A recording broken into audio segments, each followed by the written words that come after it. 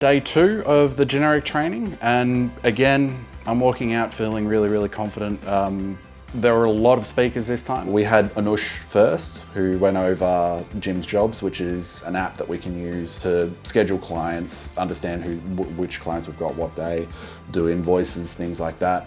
It is a really handy tool, and he just goes over the basics of how it works. Then we had John Wilds do the OH&S, which is never going to be a huge amount of fun, but it is a complete necessity as a business owner to be aware of your obligations and that side of things, which is something that I'm happy that we were able to do. The next up was Dan Cahill, who did Building Your Business, which was a really good session. He's so passionate about his business, how he's gotten from point A to point B, being in debt, in a hard place, to now one of the most successful franchisees and a franchisor within Jim's group. And it is very inspiring to hear him tell his story about how he got there and what we can do in our own businesses to help put us on that track as well.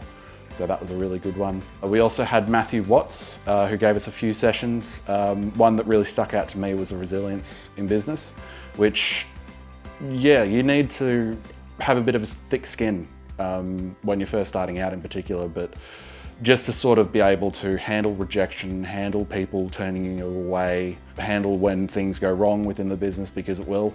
It's one of those things that with a business you are very volatile, and particularly when you're beginning. And having those tactics and the ways that you can adapt, understanding support that you've got, particularly within the Jim's group, that was the type of thing which he went into, and I really got out of those sessions. And finally was Joel going over the social media stuff, and with no bias at all. I definitely appreciate that side of things. The strength of social media is just, it's ridiculous. The amount that it can grow your business, and he handles the session very well in that a lot of people have no interest in doing it. A lot of the people who are joining up as franchisees are allergic to computers.